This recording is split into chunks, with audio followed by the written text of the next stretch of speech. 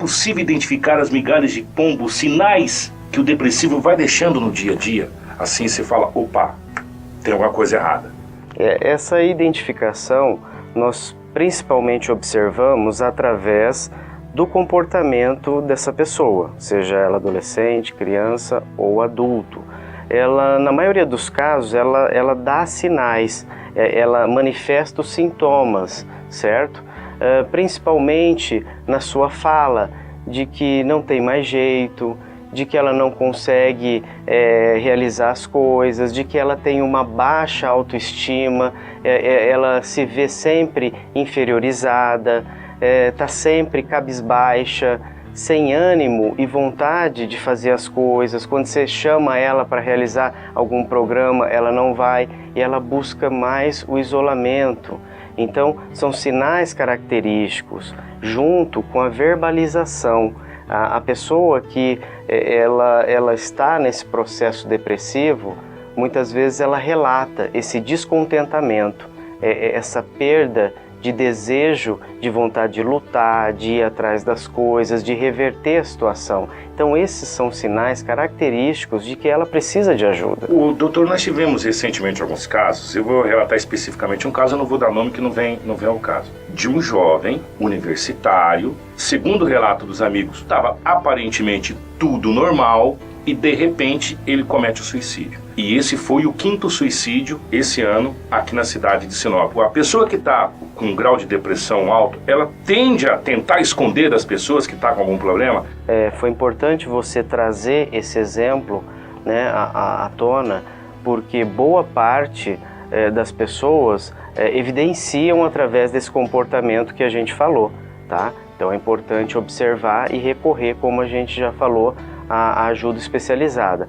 Porém, há casos no qual a pessoa ela não apresenta sintomas evidentes, tá? Mas de repente ela já tem aquela ideia, em algum momento ou alguma fase da vida, ela já pensou, né, em cometer suicídio, e alguma situação específica, né, dá esse gatilho, né? E dependendo do momento que ela se encontra, do que aconteceu, ou até se ela está fazendo uso de algum tipo de substância, isso pode sim influenciar numa ação impulsiva na qual ela vem a cometer e anteriormente não havia demonstrado, não havia verbalizações ou comportamento bem caracterizado e no qual ela surpreende a todos tirando a vida. Isso é possível e tem casos dessa magnitude, sim, correto. Mas pelo que deu para entender, tem que ter um gatilho. Geralmente tem um gatilho, né? Ela pode até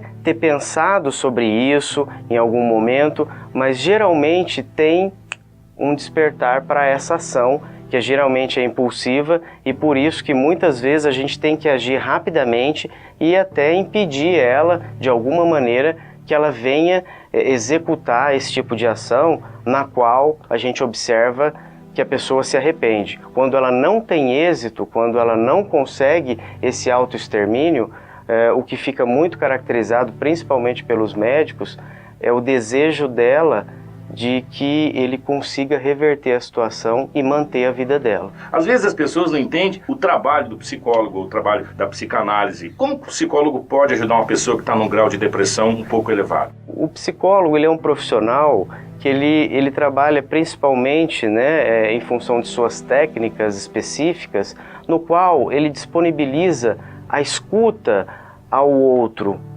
indivíduo, né? Ele favorece, ele facilita num processo de autoconhecimento dessa pessoa, onde ela vai levar suas questões, ela vai trazer os seus problemas, junto com a sua história de vida, com as relações que ela se desenvolve, ou seja, como ela funciona. Então, o psicólogo é esse facilitador para que a pessoa ela possa se compreender, identificar algumas situações e trabalhá-las, buscar um aperfeiçoamento e entender que muitas vezes as coisas não vão ocorrer da maneira como ela desejou, como ela almejou, mas que se pode dar um novo sentido a isso tudo, né? Então, o profissional, através da escuta, ele faz com que o sujeito ele fale, e através da fala, o indivíduo ele se reconhece ele passa a entender e dá um novo sentido.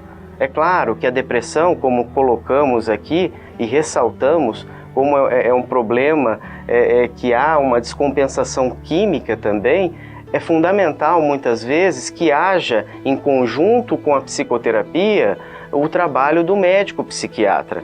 A medicação, muitas vezes, ela vem e deixa o indivíduo predisposto a trabalhar em psicoterapia.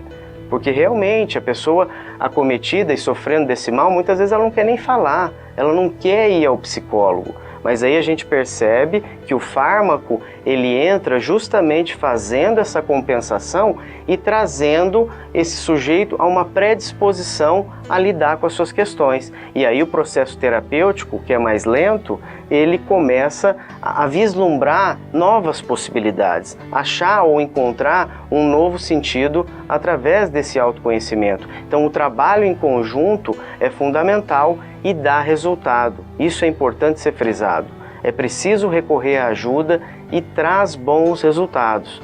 A ação medicamentosa, junto com o processo psicoterapêutico, traz a pessoa a dar um novo sentido e ela voltar a desenvolver aquela rede de contatos no qual ela tinha antes de frequentar os amigos, os parentes, enfim, a religiosidade dela e voltar a dar um sentido ao trabalho dela e ter satisfação, prazer nessa vida, que mesmo sendo difícil ou com adversidades, também dá para se ter prazer, dá para se encontrar um novo sentido a ela. De amanhã nós teremos o nosso último capítulo e nós vamos tocar sobre alguns assuntos: álcool, droga e a pergunta: falar é o melhor remédio?